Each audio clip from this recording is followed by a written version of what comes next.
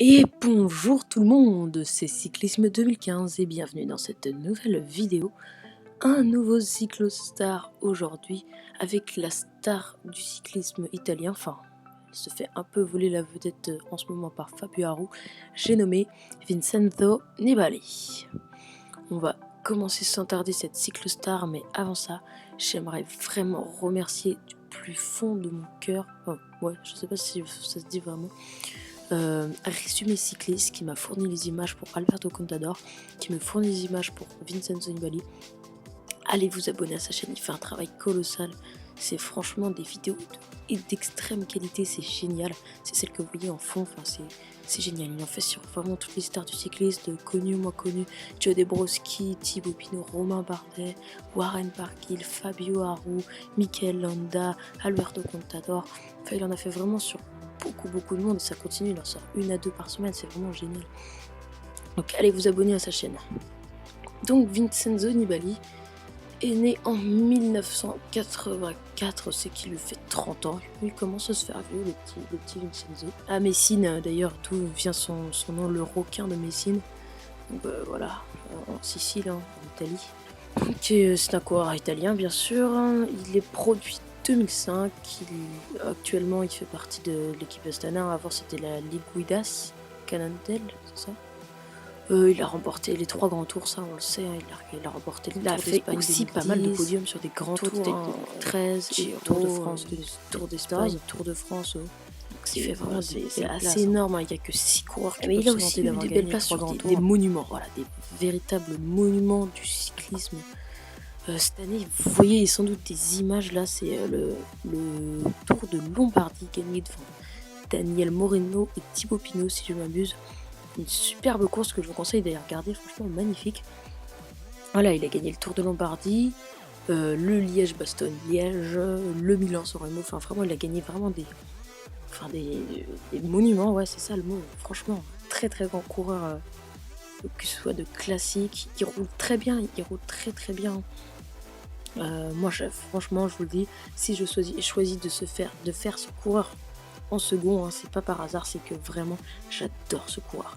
C'est aussi un coureur comme Alberto qui a beaucoup de panache, moins qu'Alberto, voilà, je préfère quand même Alberto, mais beaucoup de panache, beaucoup de style sur son vélo, et puis honnêtement je trouve que les 3 bandes du drapeau italien sur le maillot bleu Astana, c'est magnifique.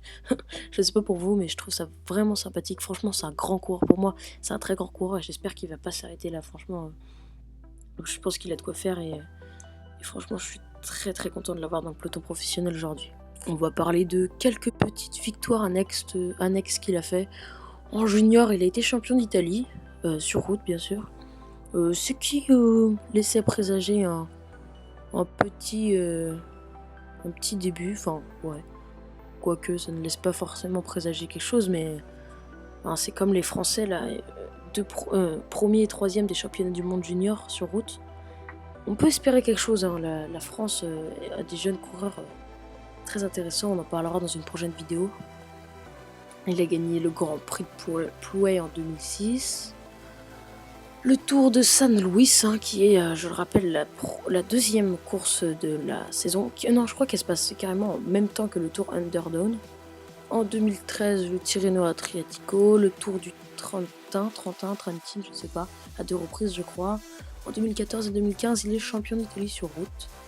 Et puis il a gagné des monuments, hein, Tour d'Italie, Tour de Lombardie, Tour d'Espagne, Tour de France, Milan-San Remo, Liège-Bastogne-Liège. On ne sait que citer, tel c'est un coureur à panache. C'est franchement, enfin je sais pas, c'est énorme. Enfin il développe une grosse puissance de 415 watts dans l'école de fin d'étape.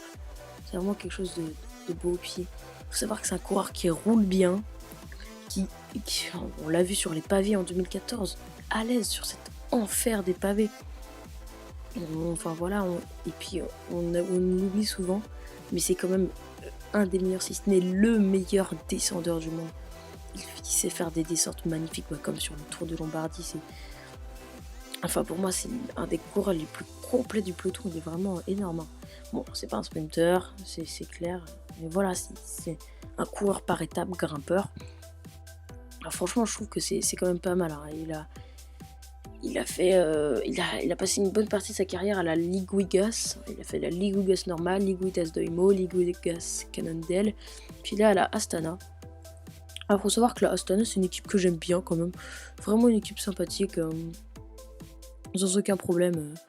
Franchement, une très bonne équipe cycliste. Bon, je sais, la transition est un peu sec par rapport à l'équipe cycliste, mais c'est déjà la fin de ce deuxième Cyclostar.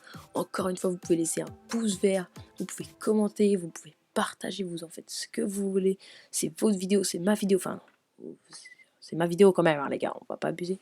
En tout cas, je suis très content de faire cette vidéo en espérant que Résumé Cycliste accepte ma proposition de publier les images de Vincenzo Nibali, sinon vous en aurez d'autres, hein. Écoutez, hein, c'est pas très grave si je n'ai pas celle de Résumé Cycliste, mais c'est vrai que ça pourrait être très sympa. En tout cas, même s'il ne m'accorde pas ces images, pensez à vous abonner à sa chaîne, parce qu'elle est vraiment génialissime. Et voilà les amis, c'est déjà la fin de cette vidéo, on se dit à très bientôt pour de nouvelles aventures. Faut savoir que là c'est la fin de la saison, on n'a plus de course, la dernière course c'était Chrono des Nations. C'est fini, il n'y a plus rien. Voilà, et aussi une petite pression, ouais, je reviens en arrière. Vincenzo Nibali a un frère, mais Antonio Nibali, qui joue en continental, même pas. Ouais, peut-être en continental, je sais pas où il est son frère. J'aimerais bien vous dire ça, il est à la Nippo Vinifantini, je sais pas ce que c'est comme équipe. Je sais même pas, c'est une équipe continentale. Ah, c'est une conseiller pro. C'est une équipe continentale pro. Voilà, pour la petite précision. On se dit à très bientôt pour de nouvelles aventures. Bye bye.